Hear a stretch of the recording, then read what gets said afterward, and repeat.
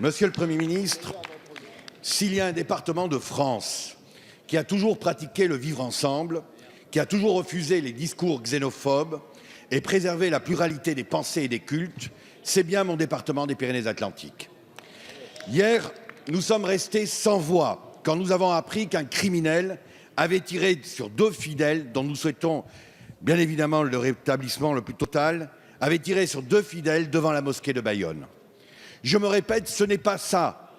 Ce n'est pas ça, nous, le Sud-Ouest, le Béarn, le Pays Basque, le département des Pyrénées-Atlantiques. Bayonne, c'est la ville de René Cassin, c'est la ville de Monseigneur Etchegaray, de résistants hier et aujourd'hui d'associations et d'élus de gauche, mais aussi de droite, qui sont solidaires des migrants.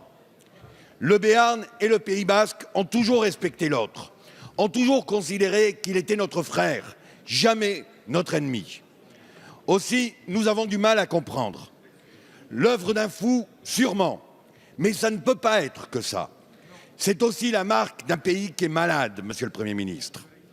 Le pire serait de faire des raccourcis et d'exonérer une responsabilité individuelle.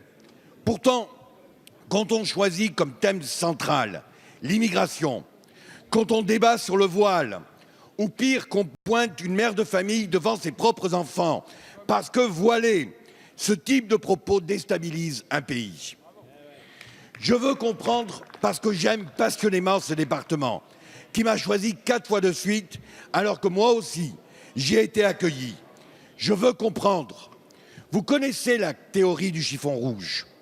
Aussi, je vous demande, Monsieur le Premier ministre, de nous dire quelle est notre part de responsabilité collective, mais de nous dire aussi quelle est votre propre part de responsabilité comme chef de la majorité et quelle est la part du Président de la République dans ce climat malsain. Merci, Monsieur le député. La parole est à Monsieur Christophe Castaner, ministre de l'Intérieur. Merci, Monsieur le Président, Mesdames, Messieurs les députés, Monsieur le député David Habib. Ce qui s'est passé hier à 15h20, quand un individu s'est présenté devant la mosquée de Bayonne et a violemment attaqué 2 fidèles après avoir voulu incendier la mosquée de Bayonne, ça n'est pas Bayonne, ça n'est pas le pays du Béarn, ça n'est pas non plus la France. Parce que la France est effectivement celle qui doit garantir cette liberté de croire et de ne pas croire, et la République doit garantir cette liberté de croire et de ne pas croire.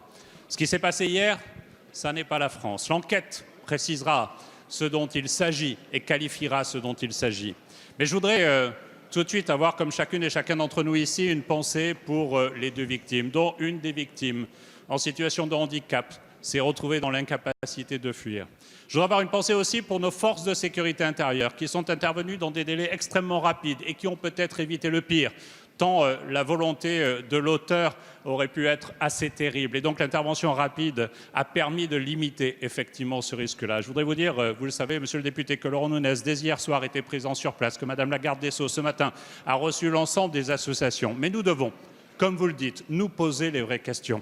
Celle de cet échec de l'intégration depuis près de 30 années dans notre pays, qui fait qu'aujourd'hui, on regarde l'autre, y compris dans sa religion, comme s'il était un adversaire, comme s'il était un ennemi.